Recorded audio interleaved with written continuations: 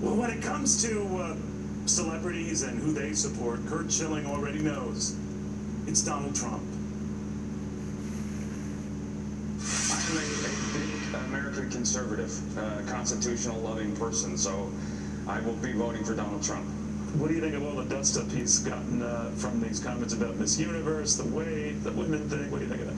Well, I think that in each and every one of our paths, we've said things we regret. We've said things that we probably shouldn't have said. But last I checked, nothing he said got 4 people killed in Benghazi, so I'm okay with that. Hillary Clinton picked up a little bit, Curt, as you probably heard in the polls. Not a lot. It could change. But did he go too far? Did that debate hurt him? And if so, how would you advise him? Well, first off, I think the debate as we know it is now an outmoded way to judge these people for president. You don't run the country in 90-minute oral arguments. I think what it did show you is that he is not a polished politician, and I don't think that's a bad thing. The polls I heard, he was up after the debate, but at the end of the day, I stopped living on polls after Brexit, and started to rely on discussing with people. And so, I think she did everything she could. Listen, she has nothing to attack him with because she has nothing to stand on achievement-wise. She's never, 26 years, which I thought was a very powerful response from him, which was, you've had 26 years to fix it, you've done nothing. And it's true, she hasn't. She's done the opposite of nothing. She's hurt in every possible way she can, and I think she's the epitome of just a very bad, evil human being. You might challenge Elizabeth Warren. Are you really serious about that? Oh, I'm serious about it. I'm thinking about, listen, one of the things about a senator that people need to understand, a senator takes the constituents' concerns to D.C. It's not about politicking the state. Governor Baker, I think, is doing a good job. I think he's made a lot of people mad on both sides, which to me is a good sign. But Senator Warren is about free education. And just locally, there's 29 public colleges in Mass, 191,000 public college students. That's over $3 billion a year. Which means to graduate a 4-year class in this state, you're looking at over $10 billion in new taxes. Not money, new taxes. So what would you do? On a national scale, that job, what would you do? Well, first off, I would get rid of that. Listen, I'm okay with free education and free college in Mass if they can pay for it. The federal government shouldn't be funding that because on a national scale, by 2020, we're talking about having 20 million college students in 2- and 4-year public universities at a cost of almost $5 trillion every 4 years of new taxes. That's money we don't already pay. And I think that a lot of people miss that. I'm all for as cheap an education as we can make this, but the capitalistic market drives the winners and losers. And the more the federal government gets involved, the less success it has and the less off we are as a country. If I'm not electable, then I won't get elected. But I believe being a senator, being a governor, being in the public office is about being a leader. It's not about being the smartest guy in the room, even when you're not, or the smartest gal in the room. It's about surrounding yourself with smart people and coming to a consensus and making the right decisions for the people you represent. As a senator, that would be the people of Massachusetts. As the governor, you're fiscally responsible for Massachusetts. As president, it's the country. If you don't mind if I could switch gears a little bit.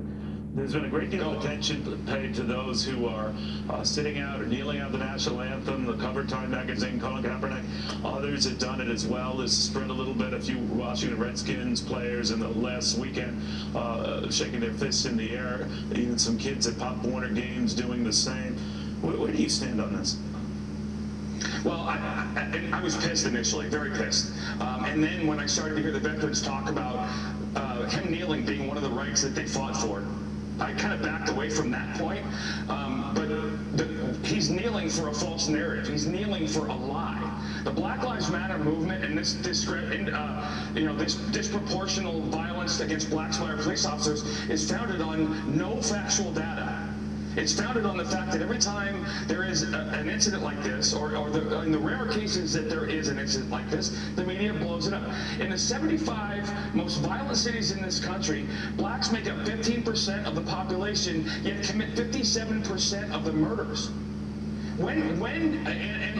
Listen, you and I can both agree there's racism in this country. There will be racism forever. You can't pass laws. You can't legislate morals. You're always going to have the bad apples. But in this country, we don't execute you for having bad opinions. We don't jail you for disagreeing or protesting. And that makes us different. We switched sports. Tim Tebow. He's gone from football to baseball. Just hit a home run for I think some minor league Mets team or right below it. Instructionally. Exactly. So what did you make of that? Surprised, sure. It wasn't just a home run. He hit a home run to the opposite field, center field. Instructional league is where every team sends kind of their top prospects in the winter to get more practice. I expect him to be overmatched. He clearly wasn't. But instructionally, he's not taking anybody's spot. So next spring training, when he goes to try and win a job, I will be interested to see how he competes. I don't think he has a chance in hell of making the big leagues, but I would never, a man of that strong of faith, I'd never bet against him. He's gotten a lot of press as well on the faith thing, and does he wear it on his sleeve? What do you think of that? Yeah, well, I found it funny how when he knelt, the media was up in arms. When he knelt and gave his thanks to God, his praise to God, he was vilified by people. And he wasn't a good quarterback. That's an excellent point. That's an excellent point. Yeah. Do you think the bias right now, I don't know if you heard of this, USA Today didn't endorse a candidate, but it just wrote against Donald Trump, that he's not fit for the presidency. It has never backed a candidate one way or the other in its 30-plus years of existence, but it went out of its way today to print this editorial damning Donald Trump without supporting Hillary Clinton or anyone else. What did you think of that? Well, listen, I've stopped trying to get my news from the media. When I think it was the managing editor of The Guardian, which might be the most left-leaning rag on the planet, came out and said it was the media's job to get Hillary Clinton elected. I stopped worrying about facts from the media. I try and do as much as I can from a research perspective, combining information, combining data to try and find out what the real story is. I don't care if the USA Today. I've never voted for somebody because a paper endorsed them. I've never voted for somebody because they ran a special ad. I voted for the person. I've been wrong sometimes, I've been right others. But at the end of the day, if you don't like Donald Trump, which is understandable, he can rub people the wrong way, I get it. If you don't like Hillary Clinton, you sure as hell can't vote for Gary Johnson because I have yet to see him when he's not high. And if he's not high, then he's clearly not informed. I'm going to tell him you said that because he's with me this weekend, special coverage. Did you know that? But I say that, and I'm joking, but this is a guy who couldn't name Angela Merkel or Vladimir Putin, and I know a lot of people didn't know where a liberal was when he was asked, so I don't favor the global leader, and he couldn't come up with a name.